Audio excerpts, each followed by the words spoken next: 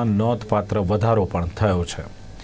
ચાલુ મહિનાની વાત કરીએ તો ચાલુ મહિનામાં 24 દિવસમાં 173 સ્વાઇન ફ્લૂના કેસ સિવિલ હોસ્પિટલ ખાતે નોંધાયા, જ્યારે ગયા મહિનામાં સ્વાઇન ફ્લૂના 110 કેસ નોંધાયા હતા, ત્યારે ચાલુ વર્ષે માત્ર સ્વાઇન ફ્લૂના 321 કેસ નોંધાયા હતા। બીજી બાજુ પાણીજન્ય કેસમાં પણ વધારો જોવા મળ્યો છે, જેમાં ઝાડા ઉલટીના 562 કેસ અને કમળાના 85 અને ટાઇફોઇડના 204, કોલેરાના 4 કેસ નોંધાયા। સિવિલ હોસ્પિટલમાં 26 દિવસમાં 15 નવા કેસ નોંધાયા છે।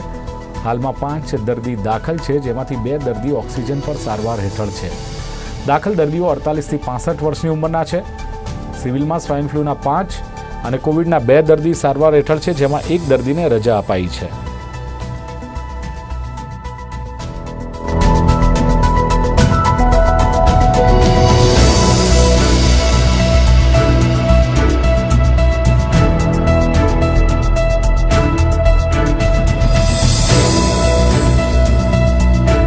અત્યારે જોઈએ તો સિવિલ હોસ્પિટલમાં અમારો જે આઇસોલેશન વોર્ડ છે D9 એમાં 4 દર્દી એટલે એકચ્યુઅલી ગઈકાલે 5 દર્દી H1N1 એટલે કે સ્વાઇન ફ્લૂના હતા અને કોવિડના 2 દર્દી છે। 5 દર્દીમાંથી એક વ્યક્તિને રજા મળી ગઈકાલે, એટલે કે અત્યારે 4 દર્દીઓ છે, 4માંથી 3 ગુજરાતના, 1 મધ્યપ્રદેશનો, અને એ જ ગ્રુપ જોઈએ તો લગભગ 48 થી 65 યર્સ સુધીના લોકો દાખલ છે, અને એમાંથી 4માંથી 3 લોકોને સાથે કોમોર્બિડિટીઝ છે। એક વ્યક્તિ બાયપેપ પર છે ને એક વેન્ટિલેટર પર છે, અને આ 4માંથી 3 પુરુષ છે, 1 મહિલા છે।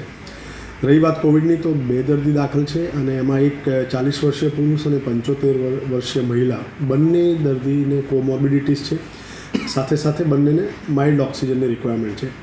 H1N1ની વાત કરશું તો આ મહિનાની અંદર અત્યાર સુધીના દિવસોમાં જોવા જઈએ 27 દિવસમાં તો અંદાજિત 14 થી 15 દર્દીઓ દાખલ થયા હશે, પરંતુ એના પહેલાંના મહિનાઓમાં જોવા જઈએ તો 3, 4, 5 દર્દી દાખલ થયા। ડિસેમ્બરમાં આઈ થિંક 1 પણ દર્દી દાખલ નહોતો। કોવિડની વાત કરશું તો કોવિડના બી એકલ દોકલ કેસીસ ક્યાંક ડિટેક્ટ થયા હોય અને સિવિલ શિફ્ટ કર્યા હોય અને પછી સારા થઈને ઘરે ગયા હોય, એવા એકલ દોકલ કેસ આવતા હતા, પરંતુ અત્યારે જે રીતે જોઈએ છે એ રીતે સ્વાઇન ફ્લૂમાં દર્દી વધારે છે। કોવિડના જે છે બંને આઈ થિંક રિકવર થઈ અને થોડાક જ દિવસમાં ડિસ્ચાર્જ થશે। આપણે સૌએ એટલું ચોક્કસથી ધ્યાન રાખવાનું છે કે સિઝન પણ બદલાઈ રહી છે અને આવા કેસીસમાં ક્યારેક વધારો ઘટાડો જોવા મળશે, એટલે એની આપણે મેન્ટલ પ્રિપરેશન રાખવાની છે। ડરવાનું નથી, પેનિક નથી થવાનું, પરંતુ આપણે સૌને ખબર છે કે આપણે આવા રોગોથી કેવી રીતે આપણી જાતનું રક્ષણ કરી શકીએ, બચાવી શકીએ।